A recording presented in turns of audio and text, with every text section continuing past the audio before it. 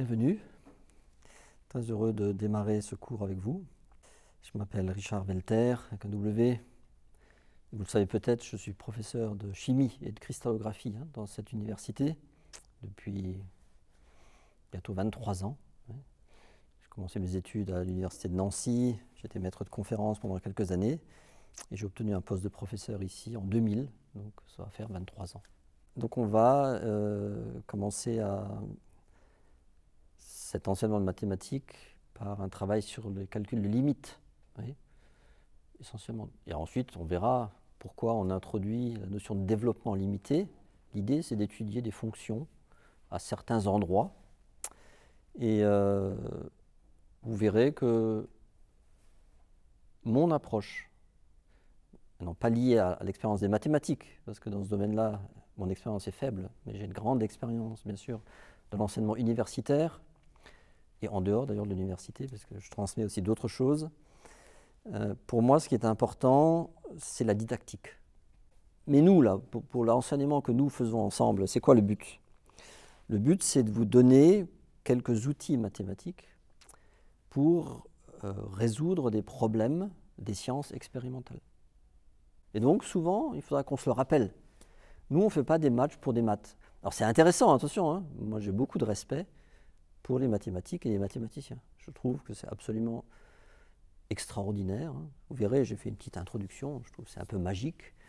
Et chercher des limites, chercher des dérivées, des intégrales, des développements limités. Comme me l'a souvent dit mon fils, c'est un peu, normalement, tout le monde devrait aimer ça, il me dit, lui. Tu vois? Bon, il est polytechnicien, donc il est bon en maths, mais il me dit tout le monde devrait aimer ça parce qu'il dit c'est un peu comme les jeux de rôle, tu vois, un peu de recherche comme ça, ou les séries policières où tu cherches des indices pour trouver le coupable. Oui? Sauf que là, on ne cherche pas un coupable, on cherche, je sais pas moi, une solution, une dérivée, une intégrale. Certains d'entre vous ont été comme traumatisés par les mathématiques dans leur tendre enfance. Tu vois? Je le conçois, oui, c'est possible. Essayez d'oublier le traumatisme, d'accord? Et vous savez, mon fils m'a dit récemment, je ne le savais pas, quand il est rentré en classe préparatoire, d'ailleurs ici à Strasbourg, au lycée Kléber, et d'ailleurs dans ce lycée enseigne une personne qui a une très bonne chaîne YouTube, je vous donnerai quelques références de chaîne YouTube, de mathématiciens plus rigoureux que moi, c'est Yvan Monca, d'accord? Très bonne chaîne, mais surtout pour le lycée. Quand mon fils est allé en classe prépa, il a eu la chance d'avoir une jeune professeure agrégée, très brillante, et elle a dit aux jeunes gens qui étaient là, dans sa classe, oubliez tout ce que vous avez appris en mathématiques jusqu'à aujourd'hui. Vous voyez, après le baccalauréat, il dit, oubliez tout. On va recommencer à zéro. Vous voyez ça? Pourquoi c'est important? Parce que souvent j'entends auprès de mes collègues, ah ouais, là, ces étudiants ne savent plus rien, ils sont nuls en maths, les programmes, c'est plus ce que c'était. Mais on s'en fout, puisque vous oubliez tout. Venez avec un esprit vierge, vous voyez?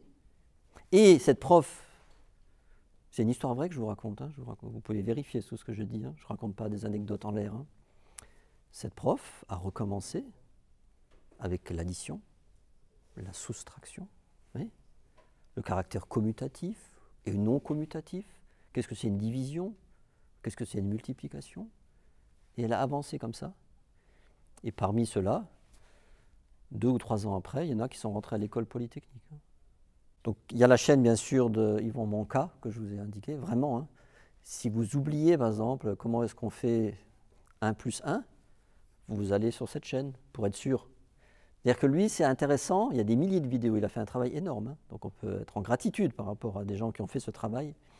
C'est intéressant parce qu'il a repris toutes les bases et il est très didactique. Donc moi j'adore, j'étais une fois en contact avec lui et je trouve que c'est vraiment super. Donc voilà, c'est le plus proche, donc je le cite en premier. Mais il y a bien sûr de nombreuses autres chaînes, d'autres un peu plus brouillons. Tout est intéressant, mais il y a des chaînes qui sont installées Il y a par exemple Olgen Math, hein, qui est une chaîne plutôt pour les gens qui sont en classe préparatoire ou pour préparer les classes préparatoires. C'est un niveau un peu plus élevé, mais c'est aussi très didactique. Alors on ne voit pas ce monsieur qui parle, hein, mais il écrit sur un tableau noir, comme ça, vous voyez, avec un logiciel spécifique, mais c'est très bien fait. Et des fois, je vous dirais d'aller voir peut-être des démonstrations sur cette chaîne. Okay, mais c'est déjà un autre niveau. Niveau lycée, sur des petits exercices, et je m'en inspire quelquefois, aujourd'hui on va faire des exercices de cette chaîne. Ed Academy par exemple, donc c'est pas mal aussi. Et puis il y a, alors ça c'est une chaîne ça c'était des chaînes de maths que j'ai citées essentiellement. Et il existe des chaînes pluridisciplinaires, il y en a une que j'aime particulièrement, c'est Clipedia, de l'Université Polytechnique de Bruxelles, Clipedia, où là aussi il y a des très bonnes vidéos.